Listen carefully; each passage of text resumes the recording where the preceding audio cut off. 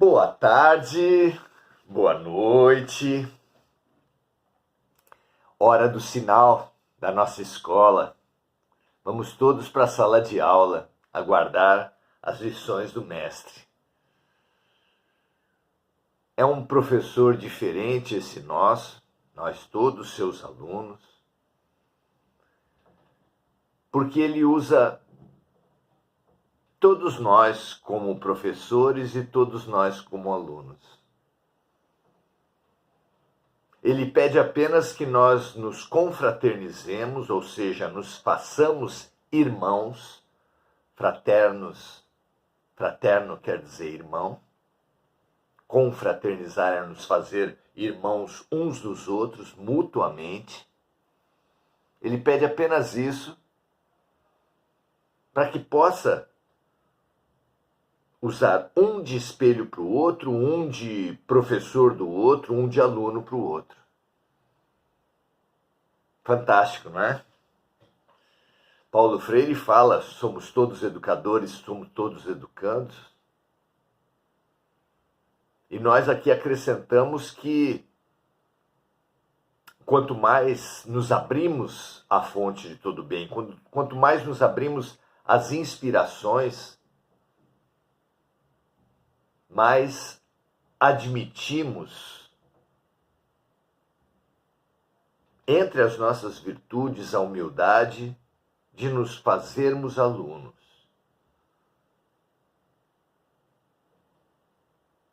E, ao mesmo tempo, a noção de serviço, a vontade de ser útil para nos fazermos professores, alunos, educadores.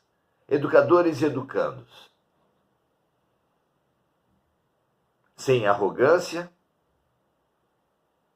e sem baixa autoestima. Dando-nos o devido valor, sem nenhuma prepotência. Não é um desafio fácil, é um equilíbrio delicado e fundamental para todos nós. Então sejam todas e todos muito bem-vindos. Hoje vamos estudar a importância da palavra. Não a palavra como certos círculos cristãos se referem. Não é aqui quando dizemos a palavra, não é a Bíblia, não são as Escrituras. A palavra aqui é a palavra humana, não a palavra divina. Qual a importância da codificação do conhecimento em letras, em sílabas, em palavras? Seja a palavra escrita, seja a palavra falada, a palavra é um código de comunicação de pensamentos. Qual a sua importância? Lembremos aqui que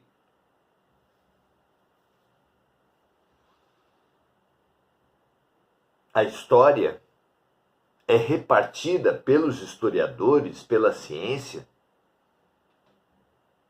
as civilizações, antes da palavra escrita e depois. Por quê? Porque a codificação do conhecimento de uma civilização por meio de palavras multiplica a capacidade de acúmulo de conhecimento. E o acúmulo de conhecimento é a base da grande evolução. Sem o registro, sem a transmissão do conhecimento, sem o acúmulo do conhecimento, um agrupamento humano estaria condenado a cada nova geração partir do zero novamente. Partir apenas da transmissão falada. Ora, apenas a transmissão falada gera muitas perdas. Porque nenhum pai, nenhum guru, nenhum mestre pode se colocar na posição de detentor de todo o conhecimento de uma civilização. Por mais ilustre que ele seja, nenhum detentor, ou pelo menos nenhum educador humano típico, pode se colocar igual ou acima de todo o conhecimento de uma civilização.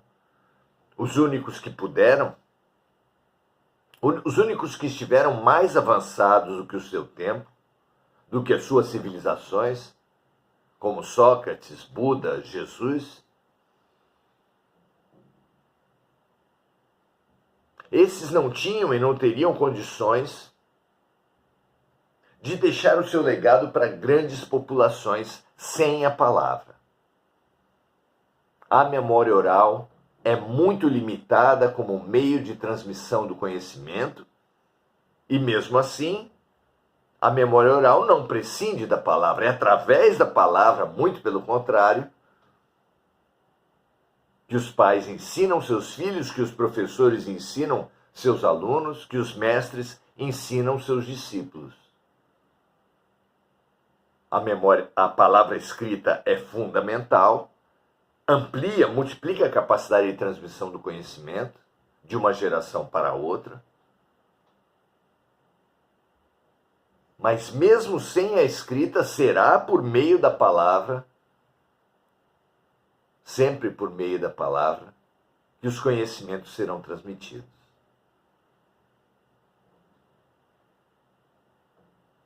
Mas há desafios, há boicotes, há fraquezas da palavra e há forças da palavra. Precisamos demais estudar essa fundamental manifestação do Espírito. Vamos lá? Estamos na questão 124 de O Consolador, de Emmanuel e Chico Xavier. E a questão se formula nos seguintes termos para Emmanuel. Qual é a importância da palavra humana para as conquistas evolutivas do espírito?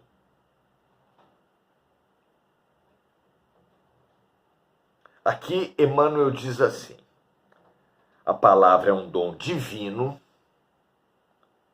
quando acompanhada dos atos que a testemunhem.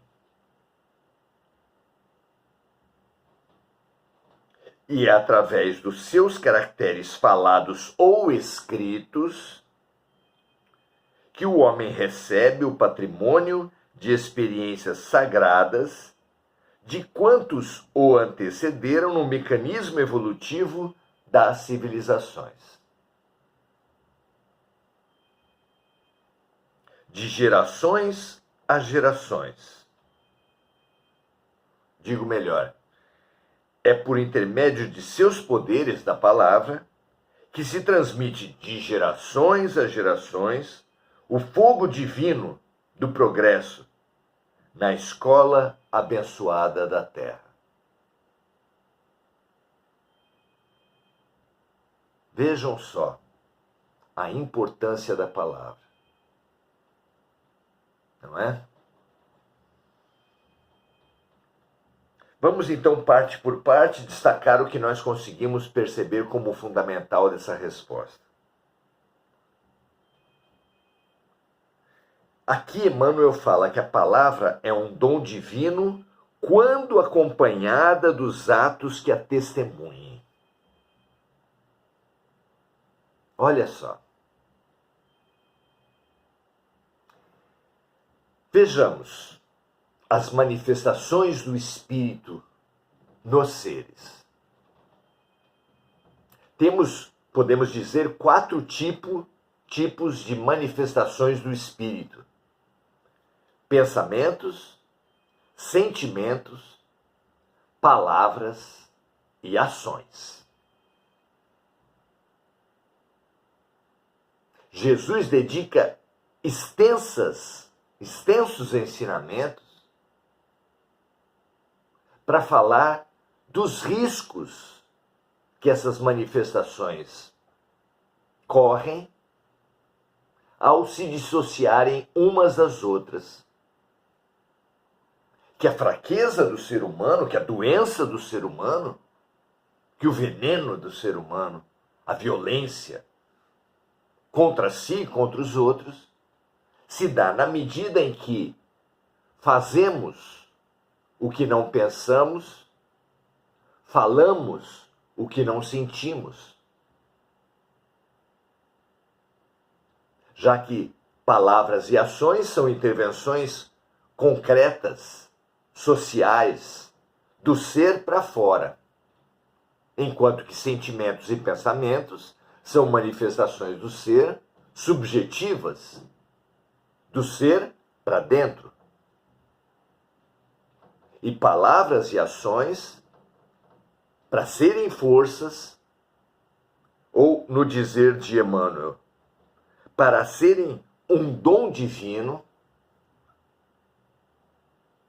precisa a palavra ser acompanhada dos atos que a testemunhem. Então essas 4 manifestações do ser têm força, são de Deus, quando unidas em coerência na luz e no bem. Quando desunidas, são veneno, são ignorância, são hipocrisia, são violência.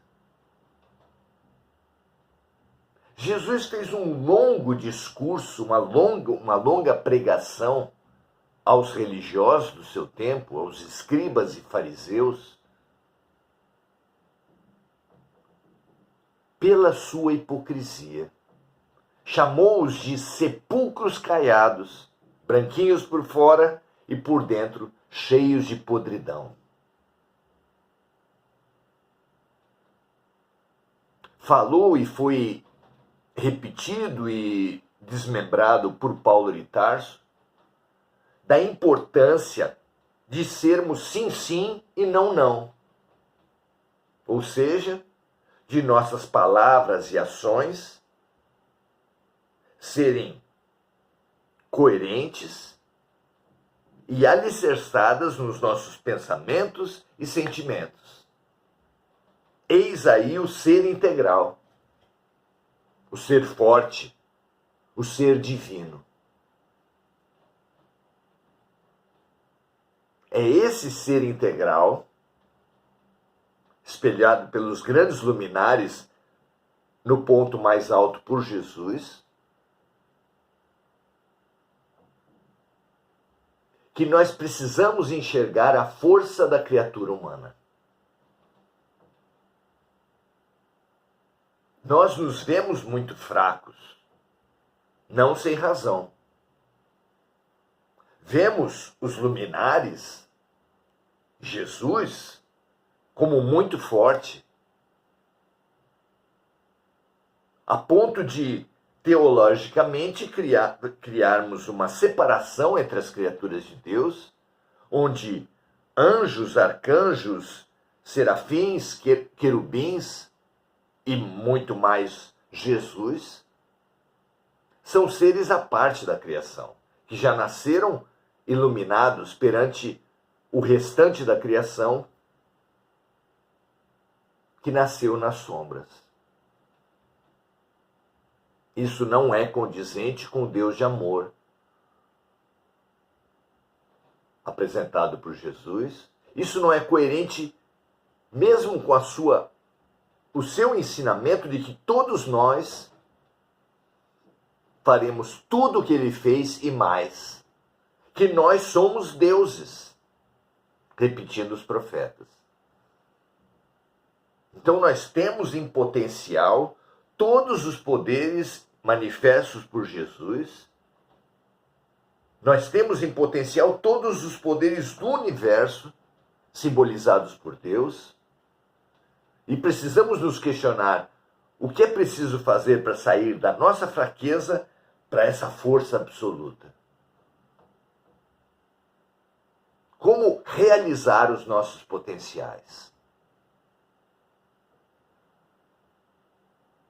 A realização dos nossos potenciais, o nosso poder pleno, se dá na integralidade, na medida em que nossas ações e palavras sejam coerentes entre si e alicerçadas nos nossos pensamentos e sentimentos.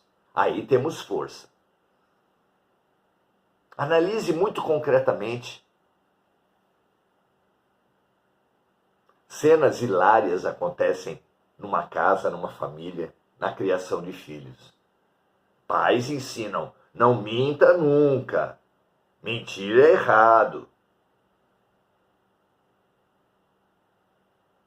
E às vezes, toca o telefone, toca a campainha, e o pai fala para os filhos, diga para a pessoa que eu não estou.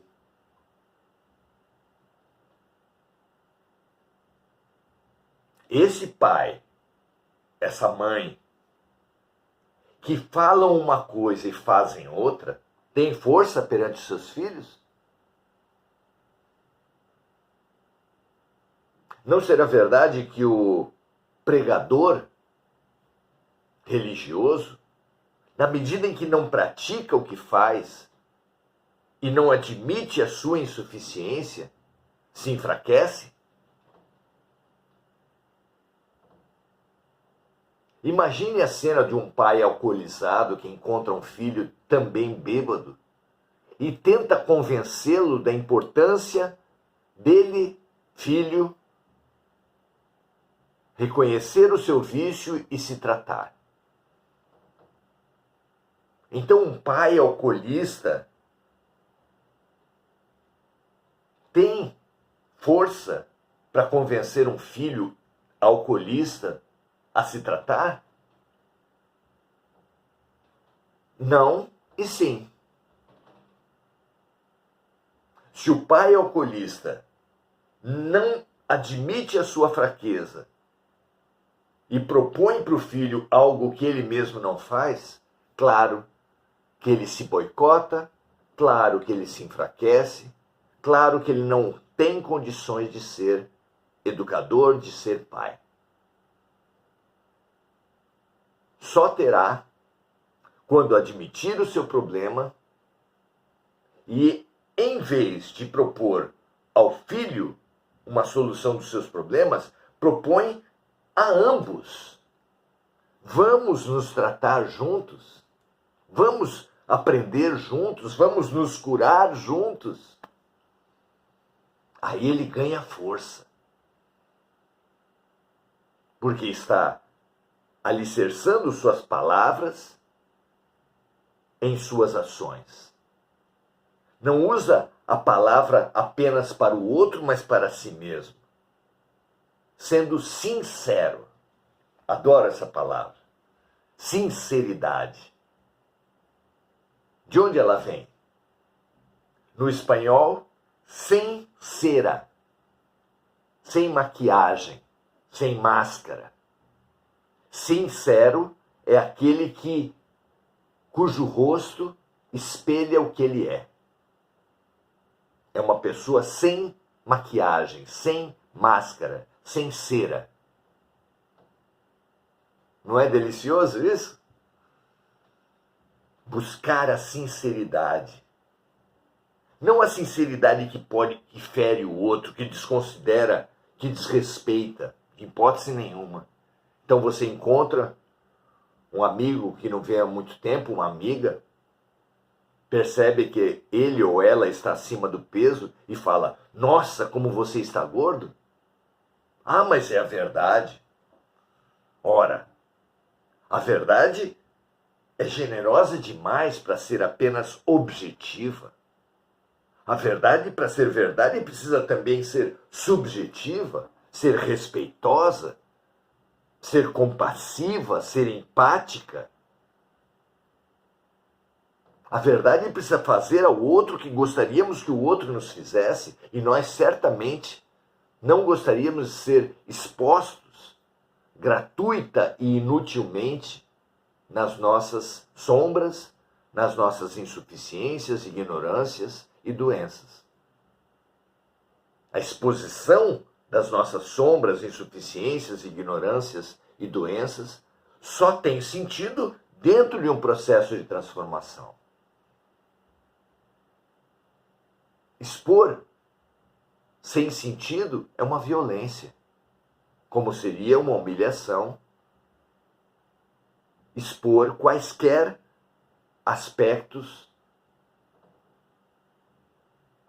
de um amigo, de uma pessoa, de um qualquer. Nós não gostaríamos de ser tratados assim e não temos o direito de tratar assim ninguém. A verdade, ela precisa ser compassiva. A verdade precisa ser empática. A verdade precisa ser respeitosa. A verdade precisa ser amorosa, senão não será verdade. Não é assim? Então a palavra é um dom divino, quando acompanhada dos atos que a testemunhem. E nós, expandindo o pensamento de Emmanuel, a verdade é um dom divino, tem a força de Deus, quando acompanhada dos atos e alicerçada nos pensamentos e sentimentos. Então não há auto-boicote. Não há movimentos contraditórios, um anulando o outro. As aulas de física da escola apontavam que sobre um certo ponto,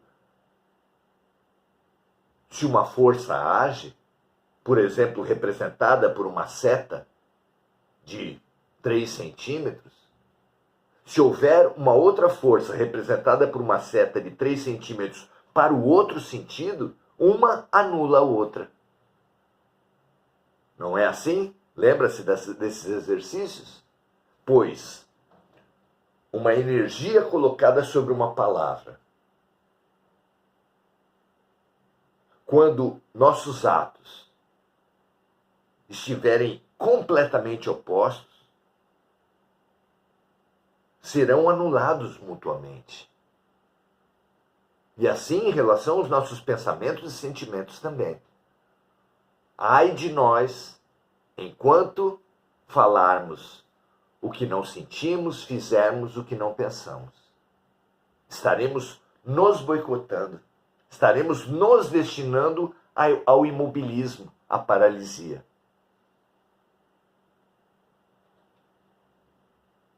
Em vez de nos boicotar, a nossa potência se dá quando a força da palavra sobre um ponto, nós, de 3 centímetros, simbólica,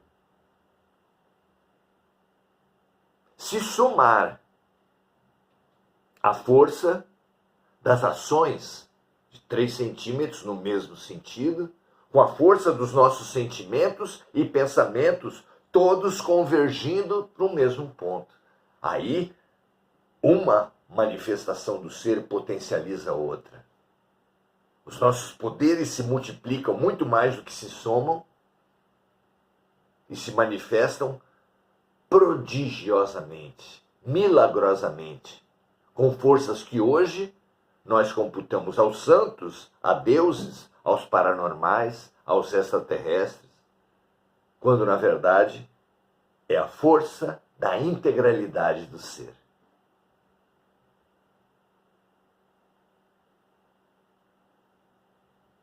Que cabe a todos nós atingir. Que todos nós atingiremos mais cedo ou mais tarde.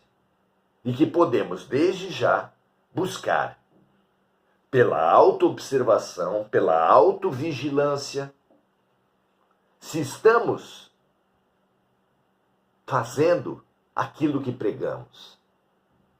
Por exemplo, fundamentar o campo da política e da paz. Um dos maiores políticos da história recente humana. Um dos maiores professores de paz de todos os tempos foi Mahatma Gandhi. O único líder que promoveu a independência de um país perante um poderoso império, como foi a independência da Índia perante a Inglaterra, não apenas não agredindo ninguém, não matando ninguém, mas ainda ensinando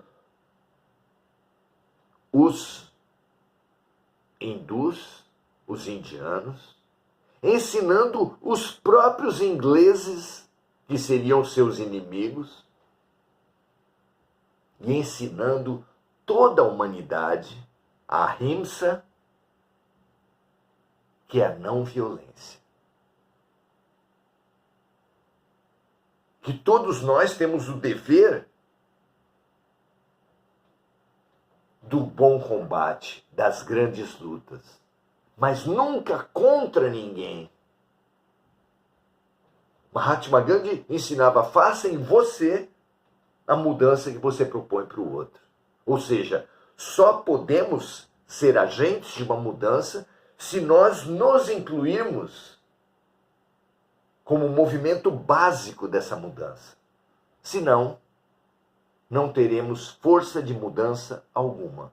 Senão, estaremos anulando a mudança que nós pregamos pela falta de ações no mesmo sentido. Tem sido assim que líderes espirituais, ditos espirituais, pregadores, pastores, padres, palestrantes espíritas, líderes de todas as religiões, líderes de todas as filosofias, têm anulado o legado de grandes luminares. E é assim que nós temos anulado nossos próprios movimentos. Que não seja mais assim. Que adquiramos a capacidade de nos assistir, de nos observar e de buscar, na medida das nossas possibilidades, com boa vontade, verdade e sinceridade, a prática daquilo que nós buscamos para o outro. Que assim seja, que toda a humanidade receba esse esclarecimento do caminho para a nossa força integral. Muito boa noite, Cláudia Silva, Enir Cajazeira, Andréa Santos, Adelaide Dias. É realmente um prazer estar com vocês, uma alegria que possamos viver esse aprendizado fundamental. Ampliei aqui os comentários, temos também enfermeira Cláudia de Caro, seja muito bem-vinda, minha amiga Cláudia. Luiz Naca, um prazer ter você aqui. Marco Aurélio Trindade citando: escuta-me e reflete.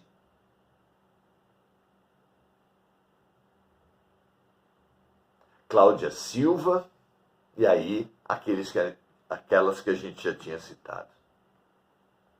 Muito, muito, muito feliz por cada um de vocês. Estimulo fortemente cada um daqui a compartilhar, se entender que há uma importância nessa mensagem de hoje. Tanto no sentido de nós superarmos as nossas travas, nossos auto-boicotes, como também no sentido de nós realizarmos, avançarmos na realização dos nossos potenciais. Muita paz, muito bem a todos, que nós continuemos nessa confraternização para a luz. Paz e bem, e até a próxima.